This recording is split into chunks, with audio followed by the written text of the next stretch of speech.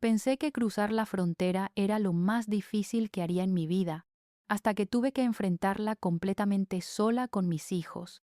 Me llamo Marcela y tengo 39 años. Llevo 11 años viviendo en Estados Unidos, un país que nunca pedí conocer, pero que se convirtió en mi hogar por necesidad más que por elección. Hoy quiero contarte mi historia completa, sin filtros, sin maquillaje, tal como fue. Porque si estás pasando por algo similar, si te sientes perdida en un país que no es el tuyo, con responsabilidades que pesan como montañas, necesito que sepas que no estás sola, que yo también estuve ahí, en ese lugar oscuro donde sientes que no hay salida. Y aquí estoy, del otro lado todavía de pie. Nací en Guadalajara, crecí en una familia de clase media baja. Nada nos sobraba, pero tampoco nos faltaba lo esencial. Mi papá trabajaba en una fábrica y mi mamá vendía comida en el mercado. Éramos 4 hermanos y yo era la segunda. Desde chica aprendí que en la vida hay que trabajar duro, que nada te cae del cielo, que si quieres algo tienes que ganártelo con esfuerzo. Esas lecciones que te dan tus papás sin darse cuenta, solo con su ejemplo, marcaron quién soy hoy. Conocí a Fernando cuando tenía 21 años. Yo trabajaba en una tienda de ropa en la plaza, y él entraba seguido, siempre buscando algo, siempre con esa sonrisa que me hacía sentir mariposas en el estómago. Era guapo, sí, pero más que eso era carismático. Tenía esa forma de hablar que te hacía sentir especial, como si fueras la única persona en el mundo cuando estaba contigo. Me enamoré rápido, como solo te enamoras cuando eres joven y crees que el amor lo puede todo. Empezamos a salir. Él trabajaba en construcción, ganaba bien para su edad, me llevaba a lugares bonitos, al cine, a cenar, a bailar los fines de semana.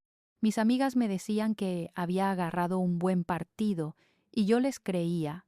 Pensaba que Fernando era el hombre con quien iba a pasar el resto de mi vida. Pensaba que habíamos encontrado ese amor verdadero que ves en las películas. A los 8 meses de novios me propuso matrimonio. Fue algo sencillo pero bonito, en el parque donde tuvimos nuestra primera cita. Me arrodilló con un anillo que sé que le costó varios meses de salario y me preguntó si quería ser su esposa. Le dije que sí sin dudar ni un segundo. Mis papás no estaban muy convencidos, decían que todavía éramos muy jóvenes, que mejor esperáramos. Pero nosotros estábamos seguros. Cuando estás enamorada así, ciega, no escuchas consejos, solo escuchas tu corazón. Nos casamos cuando yo tenía 22 años y él 25. Fue una boda modesta en el jardín de mis papás, con comida hecha por las tías, música del primo que tenía equipo de sonido y decoración que hicimos mi mamá y yo con nuestras propias manos. No fue elegante, pero fue lleno de amor. Bailamos toda la noche. Esa noche, en el departamento chiquito que rentamos, nos quedamos despiertos hasta el amanecer haciendo planes para nuestro futuro. Planes de hijos, de casa propia, de viajes, de envejecer juntos. Planes que parecían tan reales en ese momento. El primer año de casados fue bueno. Vivíamos ajustados pero felices. Él seguía en construcción y yo en la tienda. Juntábamos nuestros sueldos y alcanzaba justo para pagar renta, comida, servicios. No nos sobraba para lujos, pero nos teníamos el uno al otro, y eso era suficiente. O eso creíamos. Quedé embarazada al año y medio de casados. Fue inesperado, pero no deseado. Fernando se puso feliz, yo también. Empezamos a preparar todo para la llegada del bebé. Pintamos el cuarto de amarillo porque no sabíamos si era niño o niña. Compramos una cuna usada pero en buen estado. Mi mamá me regaló ropa que había guardado de cuando mis hermanos eran bebés. Todo parecía estar acomodándose. Diego nació en marzo. Fue un parto largo, complicado, pero cuando finalmente lo tuve en mis brazos, nada más. Importó. Era perfecto, chiquito, arrugado, llorón, pero perfecto. Fernando lloraba también viendo a nuestro hijo. Me prometió que trabajaría el doble para darnos todo lo que necesitáramos. Y lo creí. Quería creerle. Pero la realidad pegó duro. Un bebé cuesta. Cuesta mucho más de lo que habíamos calculado. Los pañales, la leche de fórmula porque yo no producía suficiente, las consultas del doctor, las medicinas cuando se enfermaba, el dinero no alcanzaba. Fernando empezó a trabajar más horas, pero seguía sin ser suficiente. Yo tuve que dejar mi trabajo porque no teníamos quien cuidara a Diego y las guarderías costaban más de lo que yo ganaba. Empezamos a pelear por dinero, peleas feas donde nos decíamos cosas hirientes. Él decía que yo gastaba mucho. Yo le respondía que gastaba en lo necesario para nuestro hijo. Él llegaba cansado y de mal humor. Yo estaba agotada de cuidar a un bebé sola todo el día. El amor que alguna vez tuvimos empezó a enterrarse bajo el peso de las facturas sin pagar y la desesperación. Fue entonces cuando Fernando empezó a hablar de irnos a Estados Unidos. Decía que allá ganaba en dólares, que en unos años juntaríamos suficiente para regresar y comprar casa, poner un negocio, vivir bien. Yo no quería. No quería dejar a mi familia, mi ciudad, todo lo que conocía. Pero tampoco teníamos opciones. Estábamos hundiéndonos. Las deudas crecían. El futuro se veía cada vez más oscuro. Fernando tenía un primo en Texas que le podía conseguir trabajo. Me convenció diciéndome que sería temporal, 2, 3 años máximo. Juntábamos dinero y regresábamos. Que lo hiciera por Diego, para darle mejores oportunidades. Y eso fue lo que me quebró, porque una madre haría cualquier cosa por su hijo, incluso dejar su país. Si has tenido que tomar decisiones imposibles por tus hijos, decisiones que te parten el alma, suscríbete a este canal, porque necesitas saber que hay luz al final del túnel, aunque ahora no la veas. Empezamos a planear el viaje. Vendimos lo poco que teníamos. Mis papás nos prestaron dinero. Pedimos prestado a quien pudimos. Juntamos lo necesario para pagar al coyote que nos iba a cruzar. Diego tenía apenas 1 año. Era tan chiquito, tan inocente. No sabía que su vida estaba a punto de cambiar para siempre. Nos despedimos de la familia un día nublado de octubre. Mi mamá lloraba abrazando a Diego. Mis hermanos abrazaban a Fernando. Mi papá me tomó de las manos y me dijo que fuera valiente, que cuidara a mi familia, que no olvidara de dónde venía. Se me rompió el corazón dejándolos, pero tenía que ser fuerte, por Diego, por el futuro que queríamos construir. El viaje fue una pesadilla. 3 semanas de infierno que preferiría olvidar, pero que están grabadas a fuego en mi memoria. Caminamos por el desierto con Diego en brazos.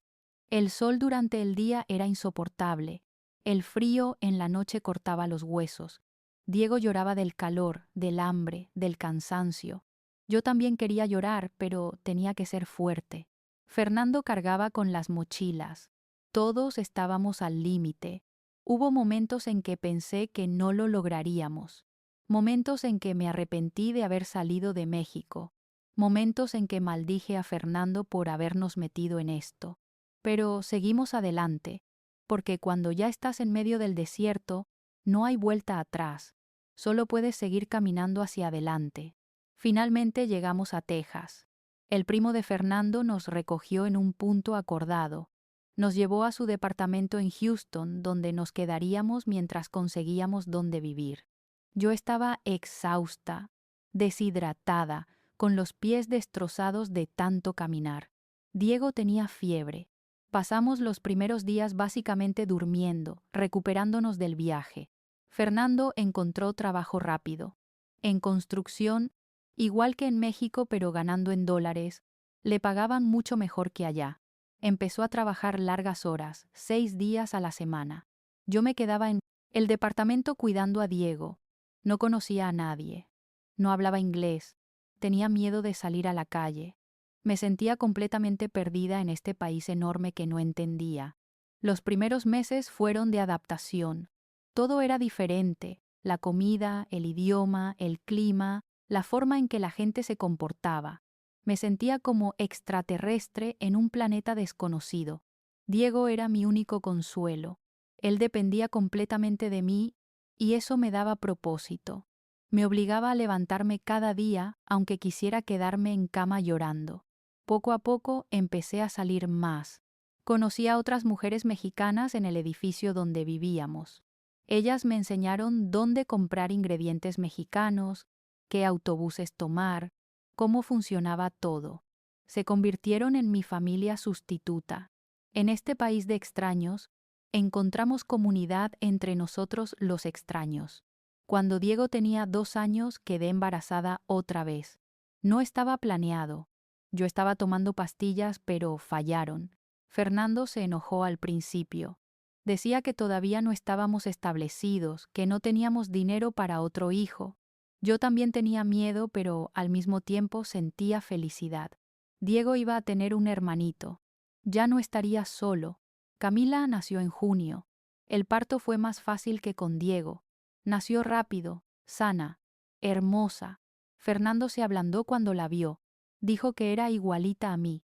Prometió que trabajaría aún más duro para darnos todo lo que necesitáramos. Esa promesa la había escuchado antes. Pero quería creerle. Necesitaba creerle. Con 2 niños chiquitos la vida se complicó más. Diego tenía apenas 2 años, todavía necesitaba mucha atención. Y ahora había una recién nacida que lloraba todas las noches. Yo no dormía, Fernando trabajaba tanto que apenas lo veía. Cuando llegaba a casa estaba agotado, de mal humor. Cenaba y se dormía frente a la tele. Los fines de semana también trabajaba. Decía que necesitábamos el dinero. Y sí necesitábamos dinero. Pero yo también necesitaba a mi esposo. Necesitaba ayuda con los niños. Necesitaba conversación de adultos.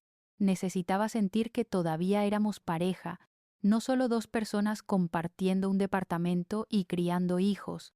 Empecé a sentirme sola aunque Fernando estuviera durmiendo a mi lado cada noche. Los años fueron pasando. Diego entró al kinder. Camila creció rápido.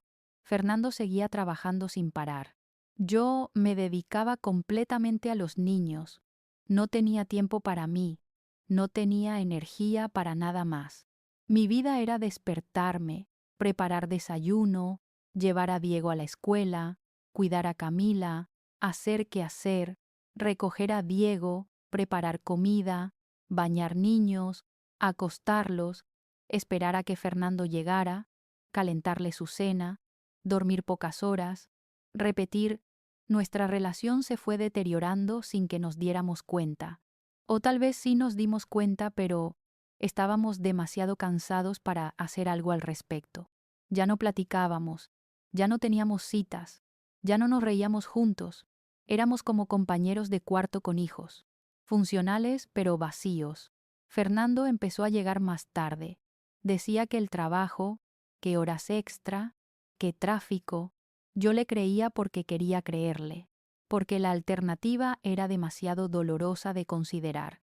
Pero en el fondo algo me decía que había más. Ese instinto de mujer que sabe cuando algo anda mal aunque no tenga pruebas. Una noche llegó oliendo a perfume, un perfume de mujer. Le pregunté y se enojó. Dijo que estaba loca, que era de alguna compañera de trabajo que lo había abrazado para felicitarlo por algo. Me sentí mal por dudar. Le pedí perdón. Pero la semilla de sospecha ya estaba plantada. Empecé a notar más cosas, mensajes que borraba rápido, llamadas que no contestaba frente a mí, sonrisas mirando su teléfono que nunca me dirigía a mí. Cada señal me rompía un poco más por dentro, pero no decía nada. Tenía miedo de confirmar lo que ya sospechaba. Diego tenía 7 años y Camila, 5, cuando finalmente confronté a Fernando. Había encontrado mensajes en su teléfono, mensajes con una mujer, mensajes que no dejaban duda de que había algo entre ellos. Le mostré el teléfono. Le pedí explicación. Primero lo negó. Luego se enojó conmigo por revisar su teléfono. Finalmente, después de horas de pelea, admitió que había alguien más. Me contó que era una compañera de trabajo, que había empezado como amistad pero que se fue convirtiendo en algo más, que no había sido su intención pero que pasó, que se sentía solo, que yo siempre estaba ocupada con los niños, que ya no éramos lo que fuimos, como si yo tuviera la culpa de que él me engañara, como si mi dedicación a nuestros hijos justificara su traición. Le pregunté si la quería. Dudó. Esa duda me dijo todo lo que necesitaba saber. Le pregunté qué quería hacer. Dijo que no sabía, que estaba confundido, que necesitaba tiempo para pensar. Le dije que se fuera, que si necesitaba pensar lo hiciera lejos de aquí, que yo también necesitaba pensar. Fernando se fue esa noche. Empacó una maleta y se fue. Los niños preguntaron dónde estaba papá. Les dije que tuvo que salir de viaje por trabajo. Mentiras para proteger sus corazones de niño. Pero yo estaba destrozada. Me quedé llorando en la regadera para que Diego y Camila no me escucharan. No sabía qué iba a hacer. No sabía cómo iba a salir adelante. Si te has quedado sola en un país que no es el tuyo, sin red de apoyo, con hijos que dependen completamente de ti, suscríbete, porque necesito que sepas que vas a sobrevivir esto, que eres más fuerte de lo que crees. Fernando estuvo fuera 2 semanas. Llamaba para hablar con los niños, pero no conmigo. Yo estaba en shock todavía. No podía procesar que mi matrimonio se estaba desmoronando, que el hombre con quien había cruzado el desierto, con quien había construido una vida en este país extraño, me había traicionado así. Cuando regresó fue para recoger más ropa. Me dijo que había rentado un cuarto con un amigo, que necesitaba espacio, que había decidido separarse. No divorcio todavía, pero separación. Que seguiría mandando dinero para los niños, pero que nuestra relación como pareja había terminado. Me quedé paralizada escuchándolo. Era tan frío, tan distante, como si los 11 años que llevábamos juntos no significaran nada, como si nuestros 2 hijos no importaran, como si yo fuera desechable. Le pregunté por esa mujer. Dijo que sí, que estaba con ella, que le había dado lo que yo ya no le daba, atención, tiempo, pasión, como si yo hubiera escogido estar exhausta criando a sus hijos sola mientras él trabajaba. Se fue.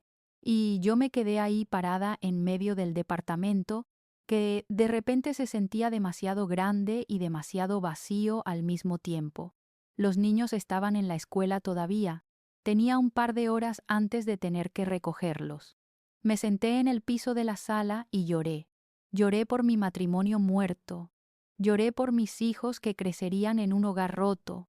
Lloré por mí, por la vida que había imaginado y que nunca sería.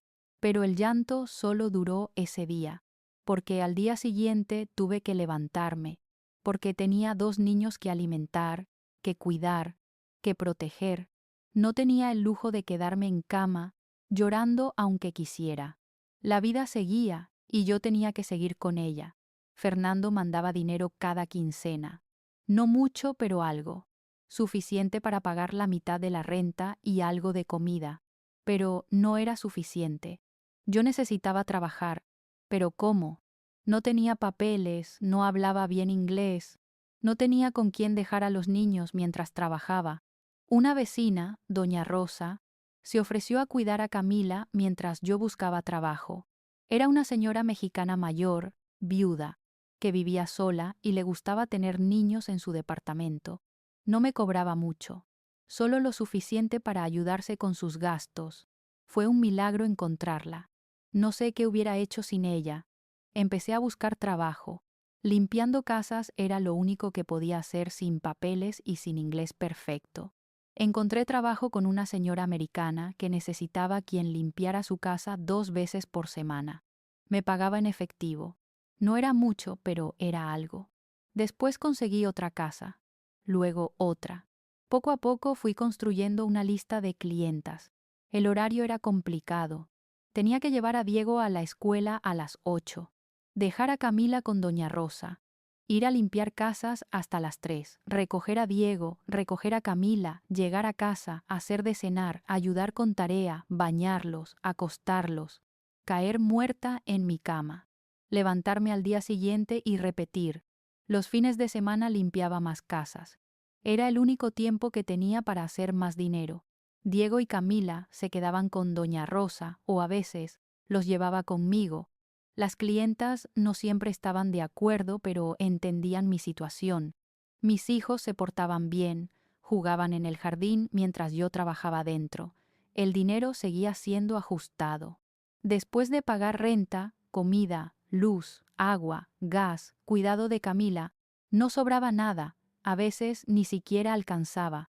Comíamos frijoles con tortillas toda la semana. Compraba ropa en tiendas de segunda mano. Los juguetes eran de yartzales o regalados. Los niños nunca se quejaban, pero yo sabía que veían a otros niños con cosas nuevas y se preguntaban por qué ellos no. Fernando veía a los niños cada 2 semanas. Los recogía el sábado por la mañana y los traía de vuelta el domingo por la tarde. Al principio Diego preguntaba por qué papá no vivía con nosotros. Le decía que papá y mamá necesitaban vivir separados, pero que ambos los queríamos mucho. No era mentira, pero tampoco era toda la verdad. Algún día tendría que contarles todo, pero todavía no. Todavía eran muy chicos. Camila era más chiquita. Apenas tenía 5 años cuando nos separamos. Para ella, esta era su normalidad. Papá que los recogía los fines de semana. Mamá que trabajaba mucho. No. Recordaba cómo era antes cuando éramos familia completa. A veces eso me ponía triste. Que mi hija nunca conocería lo que era tener papá y mamá juntos y felices. Aunque, honestamente, ni siquiera cuando vivíamos juntos éramos realmente felices. Los meses se convirtieron en 1 año, luego en 2. Yo seguía trabajando sin parar. Los niños seguían creciendo. Fernando seguía con esa mujer. Eventualmente se mudaron juntos. Cuando los niños regresaban de verlo los domingos, Diego me contaba cosas, que la casa de papá tenía jardín, que la novia de papá cocinaba rico, que tenía un perro. Cada detalle era como un cuchillo en mi corazón, no porque quisiera estar con Fernando, sino porque él estaba construyendo una vida nueva mientras yo luchaba sola. Pero también había momentos buenos, momentos que me recordaban por qué todo valía la pena, como cuando Diego sacó puras buenas calificaciones y lo abracé tan fuerte que casi no podía respirar. Como cuando Camila me hizo un dibujo en la escuela donde estábamos ella, Diego y yo tomados de la mano bajo un arco iris. Como las noches que hacíamos palomitas y veíamos películas los tres acurrucados en el sillón. Esos momentos me daban fuerza. Me recordaban que, aunque estuviera sola, no estaba realmente sola. Tenía a mis hijos. Ellos me necesitaban, y yo necesitaba ser fuerte por ellos. No podía darme el lujo de derrumbarme. Tenía que seguir adelante, siempre adelante. Diego cumplió 9 años. Ya no era el bebé que cargué cruzando el desierto. Era un niño grande, responsable, que me ayudaba con su hermana cuando yo tenía que trabajar. A veces demasiado responsable para su edad. Había madurado más rápido de lo que debería. Ver eso me rompía el corazón, pero también me llenaba de orgullo. Mi hijo era un buen niño a pesar de todo. Camila tenía 7 años. Seguía siendo mi niña dulce y alegre.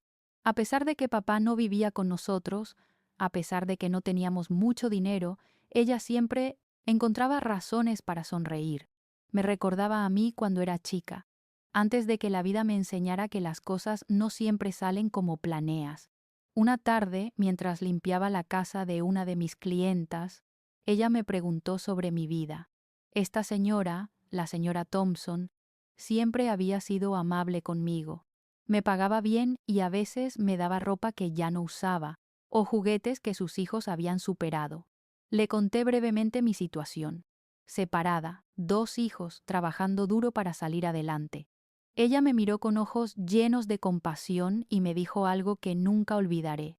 Me dijo que yo era una de las mujeres más valientes que conocía, que hacer lo que yo estaba haciendo, sola, en un país extraño, sin red de apoyo, era heroico, que mis hijos eran afortunados de tenerme.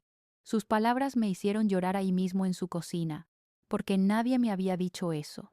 Nadie había reconocido lo difícil que era. Todos solo veían que estaba funcionando, pero nadie veía el costo. La señora Thompson me ofreció más trabajo. Me dijo que conocía a otras familias que necesitaban ayuda con limpieza. Me pasó varios contactos. También me ofreció ayudarme a mejorar mi inglés. Empezó a darme lecciones gratis 2 veces por semana mientras yo limpiaba su casa.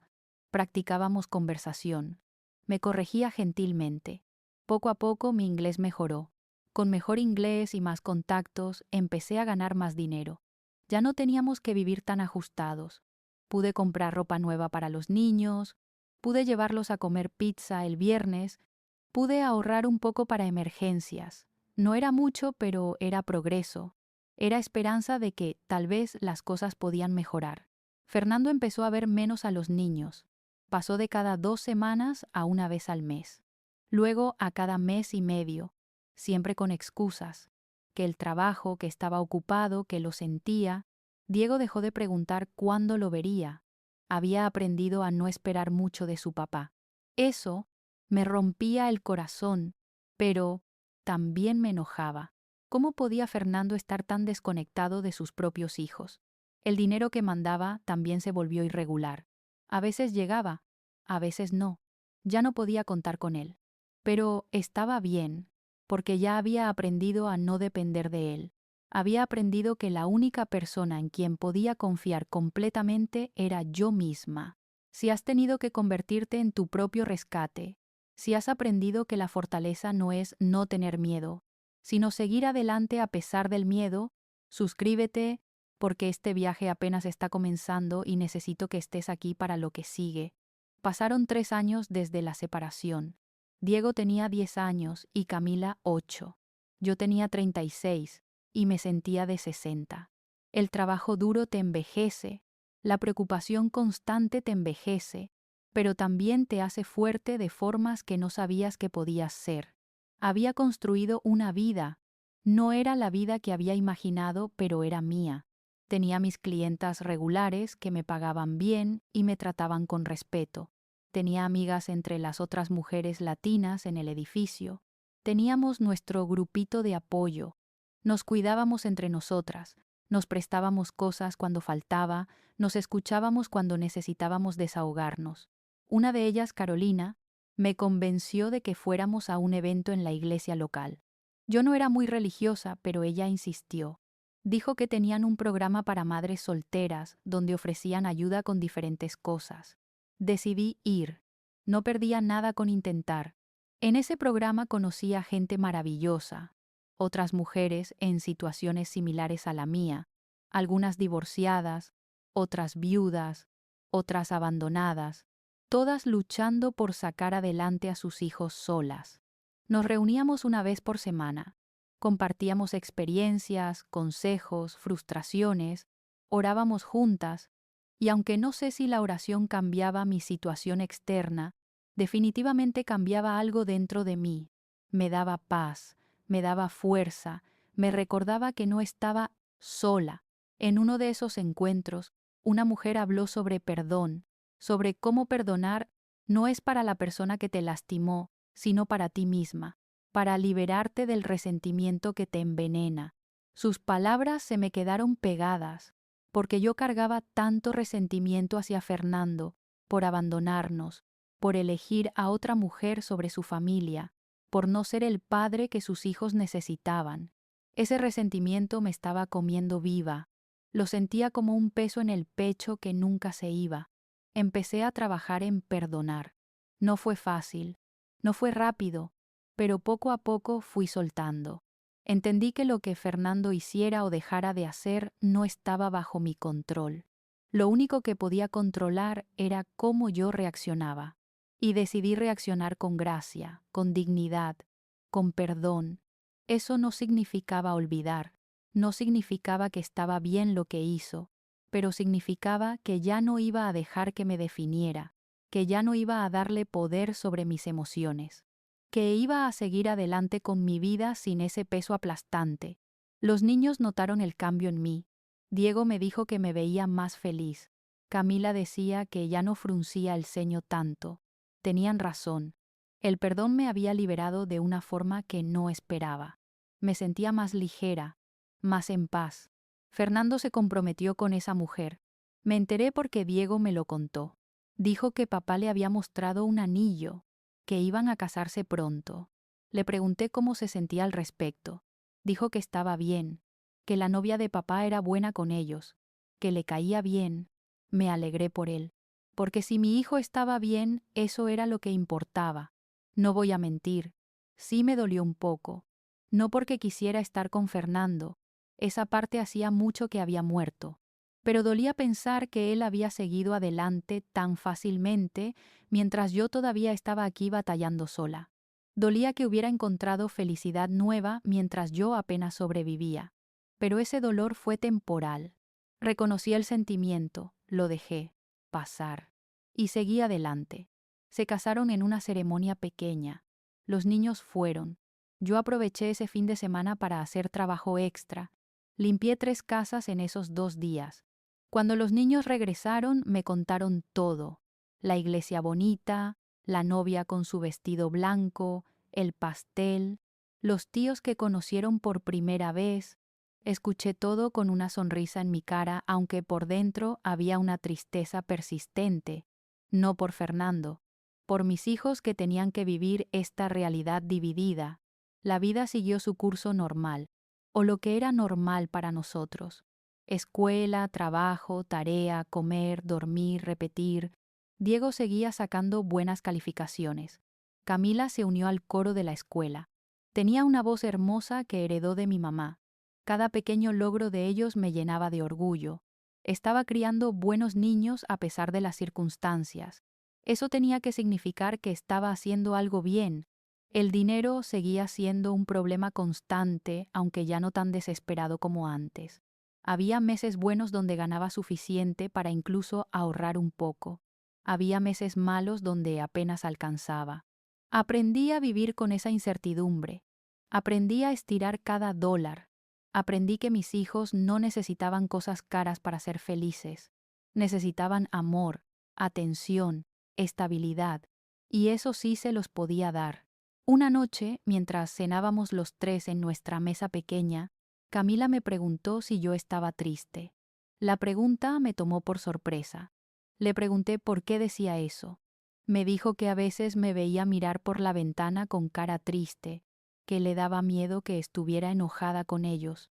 Se me partió el corazón. Mi niña pensaba que mi tristeza era por ellos cuando eran literalmente la razón por la que seguía adelante. La abracé fuerte y le expliqué que no, que nunca estaba triste por ellos, que ellos eran lo mejor de mi vida, que a veces solo estaba cansada o pensando en cosas de adultos, pero que nunca, ni por un segundo, me arrepentía de tenerlos. Diego, siempre perceptivo, dijo que él sabía que yo trabajaba muy duro por ellos, que cuando fuera grande, él iba a trabajar y cuidar de mí, que me iba a comprar una casa grande. Mi niño de 11 años haciéndome promesas que no tendría que hacer si su papá hubiera cumplido las suyas. Le dije que no se preocupara por eso, que solo se preocupara por estudiar y ser feliz, que yo estaba bien, que nosotros estábamos bien. Y era verdad. A nuestra manera caótica estábamos bien. No teníamos mucho, pero teníamos lo que importaba. Nos teníamos el uno al otro. Teníamos un techo sobre nuestras cabezas. Teníamos comida en la mesa, teníamos salud, teníamos amor. Eso era más de lo que muchos tenían. Empecé a pensar en el futuro más allá de solo sobrevivir el día. Quería algo mejor para mis hijos. Quería que fueran a la universidad, que tuvieran oportunidades que yo nunca tuve, que no tuvieran que trabajar limpiando casas o en construcción, que pudieran ser lo que quisieran ser. Abrí una cuenta de ahorros para su educación. Cada mes guardaba aunque fuera $20. Era poco, pero era algo. Era un comienzo. Era una promesa de que su futuro sería mejor que mi presente. También empecé a pensar en mí misma, en qué quería hacer con mi vida más allá de ser mamá. Amaba ser mamá. Era lo más importante para mí. Pero también era una persona con sueños propios. Sueños que había enterrado bajo el peso de la responsabilidad, pero que seguían ahí, dormidos pero no muertos. Siempre me había gustado cocinar. Era buena en eso. Mis amigas siempre me pedían que les enseñara recetas. Me decían que debería vender comida. Al principio lo tomaba como broma, pero la idea se quedó en mi cabeza. ¿Y si podía hacer un negocio de eso? ¿Y si podía cocinar desde casa y vender? Empecé pequeño. Hacía tamales los fines de semana y los vendía en el edificio. Se acababan rápido. La gente decía que eran los mejores tamales que habían probado. Fuera de México. Empecé a tomar pedidos. Luego agregué otros platillos: pozole, mole, chiles rellenos. Mi cocina se convirtió en mini restaurante los fines de semana. El dinero extra que ganaba cocinando era significativo, más de lo que ganaba limpiando y con menos desgaste físico. Podía cocinar en casa mientras los niños hacían tarea o veían tele. No tenía que dejarlos para ir a trabajar. Era perfecto. Empecé a soñar más grande, y si algún día pudiera tener mi propio restaurante o un puesto de comida. Era un sueño grande, tal vez imposible. Pero había aprendido que los imposibles a veces se vuelven posibles si trabajas lo suficiente. Diego cumplió 12 años. Estaba en la secundaria ya. Era más alto que yo. Su voz había cambiado. Ya no era mi bebé. Era un joven. Me asustaba y me emocionaba al mismo tiempo verlo crecer. Tenía buenos amigos, le iba bien en la escuela, era respetuoso. A pesar de todo, estaba saliendo bien. Camila tenía 10 años. Seguía siendo mi niña dulce. Cantaba todo el tiempo. Tenía talento de verdad. Su maestra de música decía que debería tomar clases formales. No teníamos dinero para eso, pero busqué opciones. Encontré un programa comunitario que ofrecía clases gratis para niños de familias de bajos recursos. La inscribí. Verla feliz cantando hacía que todo valiera la pena. Fernando se había distanciado más. Ahora veía a los niños tal vez una vez cada 2 o 3 meses. Tenía su propia vida con su nueva esposa. Los niños habían dejado de esperar mucho de él. Ya no preguntaban cuándo los vería. Ya no se decepcionaban cuando cancelaba. Se habían adaptado a su ausencia. No sé si eso era bueno o malo. Solo era la realidad. El dinero que mandaba era inexistente ya. De vez en cuando, en Navidad o cumpleaños, mandaba algo, pero no contaba como apoyo regular. Yo ya no lo necesitaba de todos modos. Habíamos aprendido a vivir con lo que yo ganaba. Era ajustado, pero funcionaba. Un día recibí una llamada de mi mamá en México. Mi papá estaba enfermo. Nada grave todavía, pero necesitaba verme. Quería verme. No los había visto en 11 años. 11 años desde que cruzamos. 11 años de solo hablar por teléfono o videollamada. 11 años extrañándolos. Quería ir. Desesperadamente quería ir. Pero no tenía papeles. Si salía de Estados Unidos no podría regresar. Y mis hijos estaban aquí. Su escuela, su vida, todo estaba aquí. No podía sacarlos y llevarlos a México. Tampoco podía dejarlos aquí e irme. Estaba atrapada. Lloré esa noche como no había llorado en años, por todas las elecciones difíciles que había tenido que hacer, por todo lo que había sacrificado, por no poder ver a mi papá cuando me necesitaba, por estar en este país que me había dado oportunidades, pero que también me había quitado tanto. Le expliqué a mi mamá por qué no podía ir. Ella entendió. Dijo que mi papá también entendía, que lo importante era que estuviera bien, que los niños estuvieran bien. Pero podía escuchar la tristeza en su voz, la resignación de una madre que acepta que no verá a su hija quién sabe cuándo. Esa fue una de las noches más oscuras que tuve en mucho tiempo. Me cuestioné todo. ¿Había valido la pena venir? ¿Todo este sacrificio, todo este dolor, había valido la pena? Mis hijos tenían mejores oportunidades aquí, sí, pero ¿a qué costo? El costo de estar separados de la familia, de no poder ver a mis papás envejecer, de que mis hijos no conocieran realmente a sus abuelos. No tenía respuestas, solo tenía preguntas y dolor. Pero al día siguiente tuve que levantarme de todos modos, porque mis hijos me necesitaban, porque tenía que trabajar, porque la vida no se detiene por tu dolor. Los meses siguieron pasando. Mi papá mejoró, gracias a Dios. La crisis pasó, pero quedó ese sabor amargo de saber que, cuando llegara el día, cuando realmente me necesitaran y no pudiera estar ahí, no sé cómo iba a vivir con eso. Empecé a investigar sobre opciones legales para arreglar papeles. Consulté con abogados. Todos decían lo mismo. Como había entrado ilegalmente, no había forma de arreglar sin salir del país. Y si salía, me darían un castigo de 10 años sin poder regresar. 10 años separada de mis hijos. No era opción. La única esperanza era si algún día hubiera una reforma migratoria. Si el gobierno decidiera dar oportunidad a gente como yo de arreglar papeles, pero eso era incierto. Podría pasar o no. Mientras tanto, vivía en este limbo, aquí pero no completamente, trabajando, pagando impuestos con un número de contribuyente, contribuyendo a este país pero sin los derechos de alguien que está aquí legalmente. Era frustrante, era injusto, pero era mi realidad, y tenía que aprender a vivir con ella. Una tarde, Carolina me invitó a un taller sobre empoderamiento de mujeres inmigrantes. Honestamente no tenía muchas ganas de ir. Estaba cansada y tenía 1000 cosas que hacer. Pero ella insistió tanto que finalmente acepté. El taller fue revelador. Había mujeres de todos lados: México, Guatemala, El Salvador, Honduras, todas con historias similares, todas luchando, todas sobreviviendo. Escuchar sus testimonios me hizo sentir menos sola.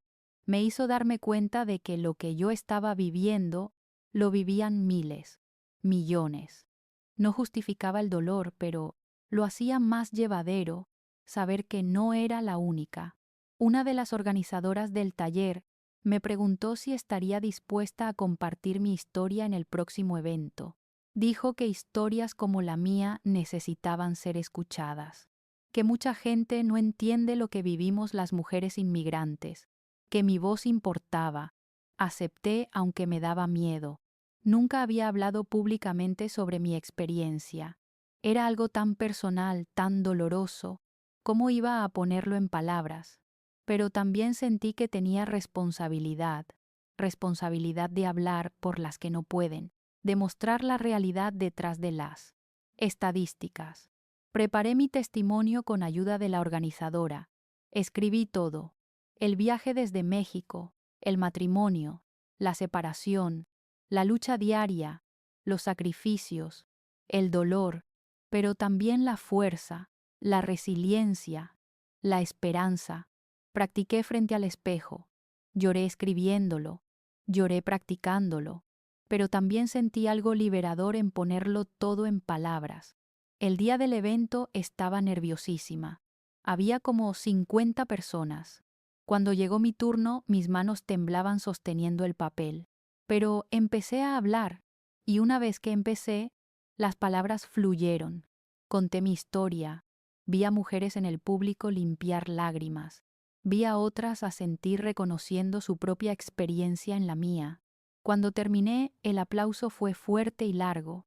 Varias mujeres se me acercaron después para agradecer por compartir, para decir que se habían sentido identificadas, para contar sus propias historias.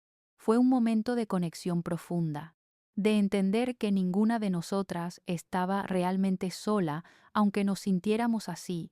Esa experiencia cambió algo en mí. Me di cuenta de que mi historia, aunque dolorosa, tenía valor, que podía usar mi experiencia para ayudar a otras, para hacerlas sentir menos solas, para mostrarles que se puede sobrevivir, que se puede incluso prosperar después del dolor más profundo. Si tu historia es de dolor transformado en fuerza, si has encontrado propósito en tu sufrimiento, suscríbete, porque estas son las historias que cambian vidas, que inspiran, que recuerdan que el final de algo puede ser el principio de algo mejor. Empecé a involucrarme más en la comunidad. Me uní a un grupo de apoyo para madres latinas solteras. Ayudaba a organizar eventos, compartía recursos, escuchaba historias, daba lo que podía aunque no fuera mucho. A veces solo era mi presencia, mi testimonio de que sí se puede. Diego estaba en 8º grado ya. Hablábamos sobre preparatoria, sobre qué quería estudiar. Decía que quería ser ingeniero. Yo lo animaba. Le decía que podía hacer lo que quisiera si trabajaba duro, que no dejara que nadie le dijera que no podía por ser hijo de inmigrantes, que usara eso como motivación, no como limitación. Camila tenía 12 años. Su voz seguía siendo hermosa. Había ganado un concurso de canto en la escuela. Estaba tan orgullosa de ella. Mi niña tímida cantando frente a cientos de personas. Verla superar sus miedos me recordaba que yo también podía superar los míos. Mi negocio de comida había crecido tanto que ya no podía manejarlo solo los fines de semana. Empecé a cocinar entre semana también. Una de las mujeres de mi grupo de apoyo me ayudaba. Le pagaba por su tiempo y ella estaba agradecida por el ingreso extra. Estábamos ayudándonos mutuamente. Así es como debería ser la comunidad. Empecé a soñar con tener un local algún día. Un restaurante pequeño. Nada fancy. Solo un lugar donde servir comida mexicana auténtica hecha con amor. Donde la gente pudiera sentir el sabor de México. Donde yo pudiera tener algo propio. Algo que construí con mis propias manos. Sé que sonaba imposible. Una mujer sin papeles, sin mucho dinero ahorrado, con 2 hijos que mantener. ¿Cómo iba a abrir un restaurante? Pero había aprendido que los sueños son importantes, que te dan algo por qué levantarte cada día, que te dan esperanza, y yo necesitaba esperanza. Fernando apareció un día sin avisar. Tocó la puerta un sábado por la tarde. Los niños estaban en casa. Se sorprendieron de verlo. Habían pasado como 4 meses desde la última vez. Entró, saludó a los niños, luego me pidió hablar en privado. Salimos al pasillo del edificio.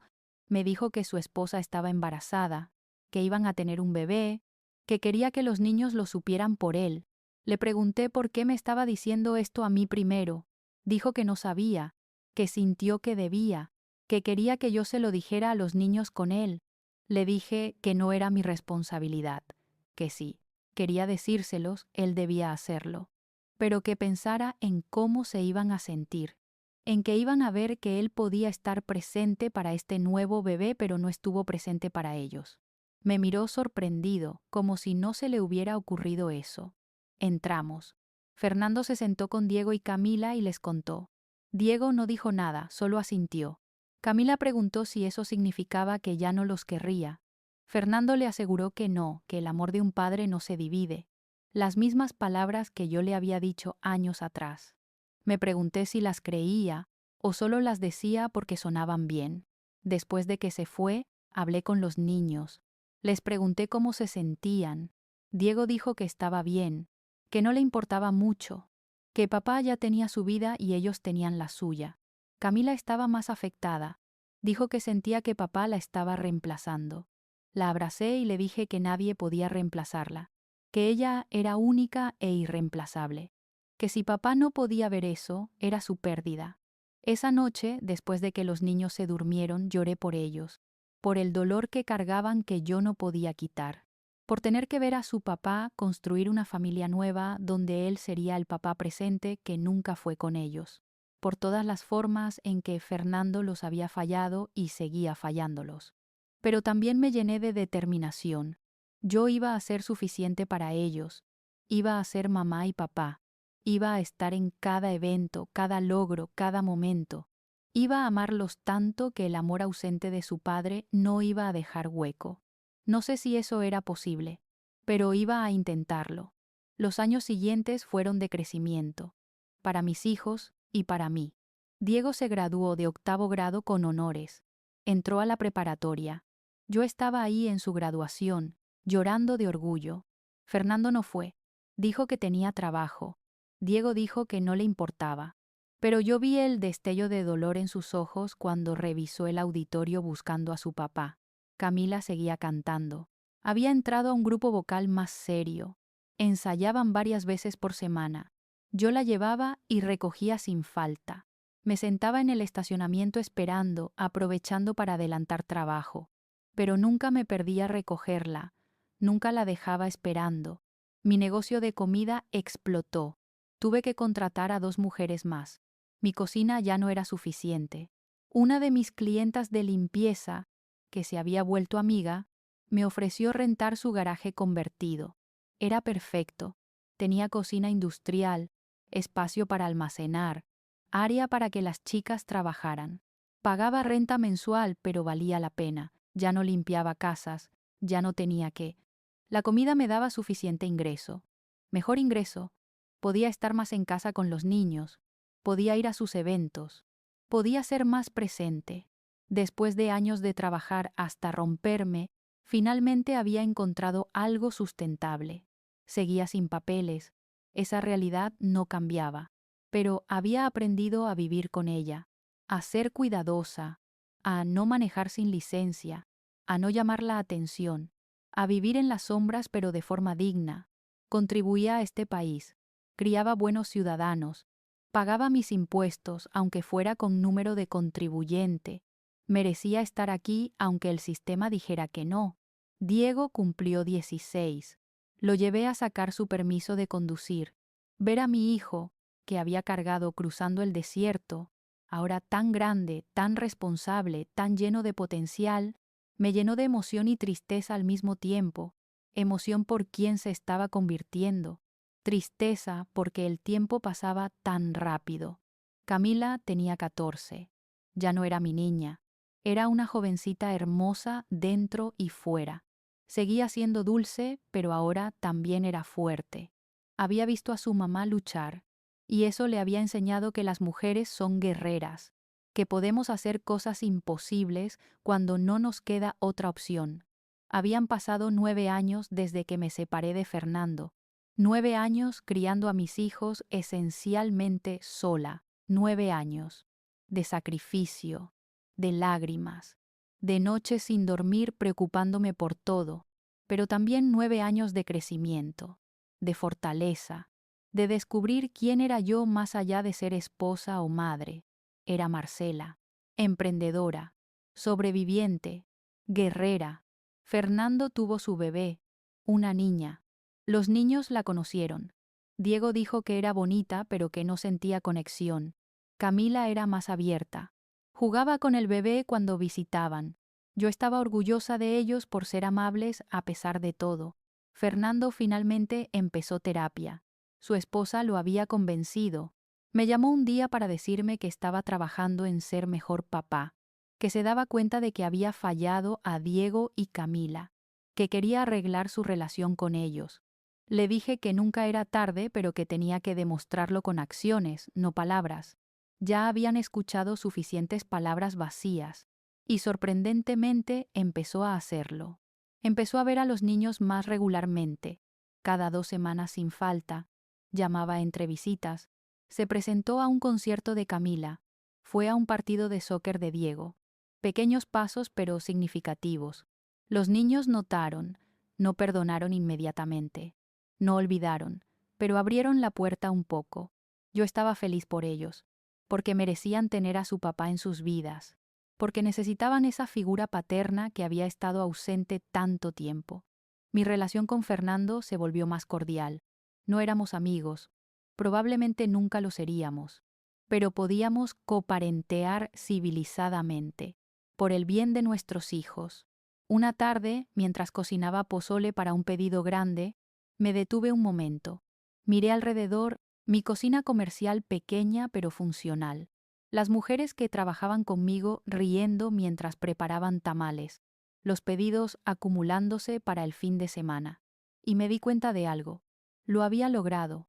Había llegado a este país sin nada, con un bebé en brazos y miedo en el corazón. Había perdido mi matrimonio. Había luchado sola por años. Había llorado más lágrimas de las que podía contar, pero había sobrevivido. Más que sobrevivir, había prosperado. Había construido algo. Había criado buenos hijos. Había encontrado mi fuerza. No era la vida que había imaginado cuando crucé esa frontera 11 años atrás. No era el cuento de hadas que soñaba de niña, pero era real. Era mío. Era hermoso a su manera imperfecta. Mis hijos estaban bien. Eso era lo más importante. A pesar de todo, de la separación, de la ausencia de su padre por años, de las dificultades económicas, estaban bien.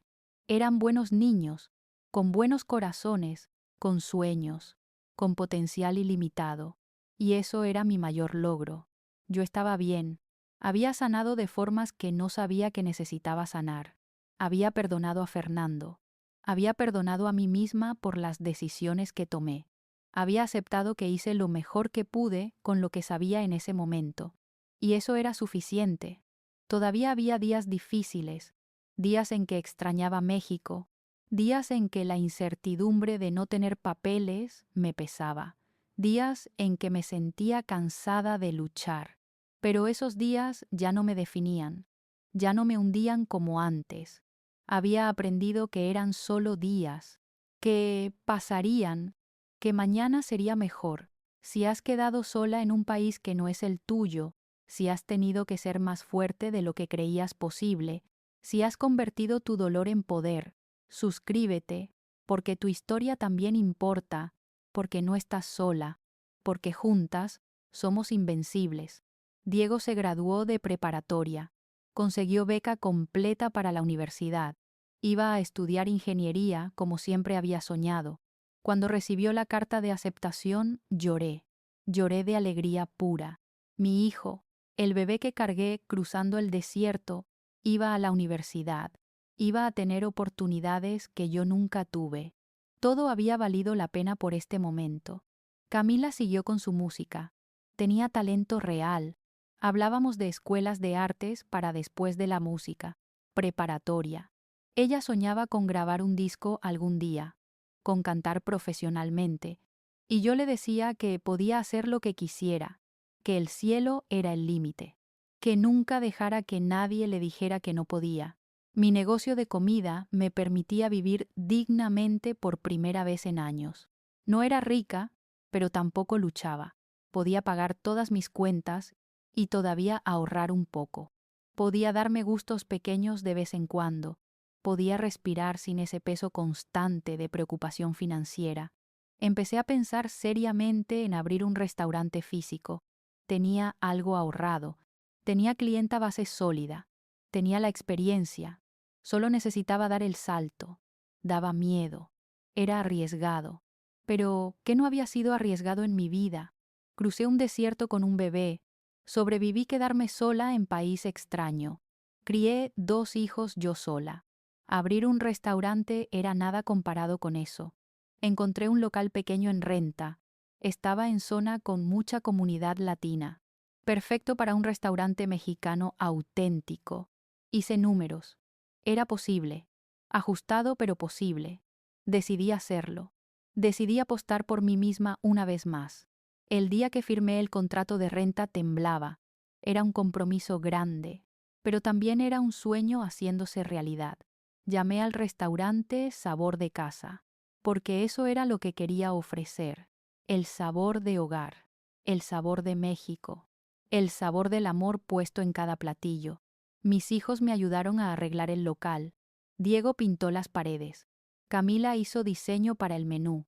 Trabajamos juntos como familia, era perfecto. Abrimos 3 meses después. La inauguración fue hermosa.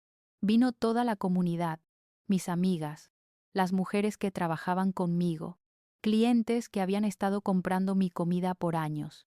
Fernando vino también con su familia, felicitó. Dijo que estaba orgulloso de mí. No necesitaba su orgullo, pero lo recibí con gracia, porque había aprendido que guardar resentimientos solo te envenena. Mejor soltar y seguir. Adelante. El restaurante fue éxito desde el inicio. La gente venía por la comida auténtica hecha con amor. Venían por el ambiente acogedor. Venían porque se sentían como en casa. Exactamente lo que había querido crear. Por primera vez en mi vida adulta, sentía que había logrado algo completamente mío. No dependía de nadie, no le debía a nadie. Era fruto de mi trabajo, mi esfuerzo, mi visión. Era empoderante, de forma que no puedo explicar con palabras. Habían pasado 13 años desde que llegué a este país. 13 años de lucha, de lágrimas, de momentos donde pensé que no iba a poder. Pero aquí estaba, parada en mi propio restaurante, con mis hijos sanos y felices, con un futuro lleno de posibilidad. No era el final de la historia, era solo un capítulo. Todavía había retos por delante. Todavía vivía con la incertidumbre de no tener papeles. Todavía había días difíciles. Pero también había aprendido que soy más fuerte de lo que jamás imaginé, que puedo superar cualquier cosa, que cuando todo se derrumba, puedes reconstruir algo mejor de las ruinas. A todas las mujeres que están donde yo estuve, les digo esto: van a salir adelante, no sé cómo, no sé cuándo, pero van a lograrlo, porque somos guerreras, somos sobrevivientes, somos madres que harían cualquier cosa por nuestros hijos, y esa fuerza, esa determinación es imparable. Quedé sola con 2 hijos en Estados Unidos, después de separarme de mi marido. Esa es mi historia. Dolorosa pero real, difícil pero con esperanza. Y la comparto porque necesito que sepas que tu historia no termina cuando todo se derrumba. A veces, ese es justo el momento donde comienza de verdad. Gracias por escucharme, por quedarte hasta el final, por ver mi humanidad en su totalidad, no solo mi dolor o solo mi fuerza, sino todo junto. Y si esta historia te tocó, si te viste reflejada en algo de lo que conté, compártela. Porque tal vez hay alguien que necesita escucharla, alguien que necesita saber que no está sola, alguien que necesita creer que puede sobrevivir lo que sea que esté enfrentando.